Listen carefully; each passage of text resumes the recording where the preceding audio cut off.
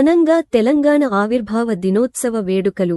తెలంగాణ ఆవిర్భావ దినోత్సవ వేడుకలు మంగళవారం గన్నేరువరం మండల కేంద్రంలో తెలంగాణ తల్లి విగ్రహం వద్ద బీఆర్ఎస్ మండల పార్టీ అధ్యక్షుడు గంప వెంకన్న జాతీయ జెండాను ఆవిష్కరించారు.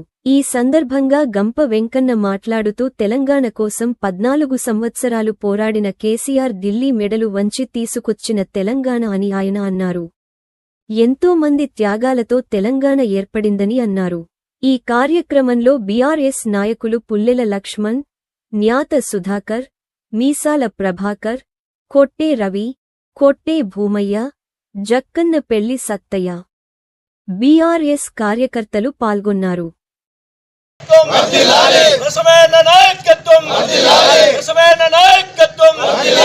జై తెలంగాణ.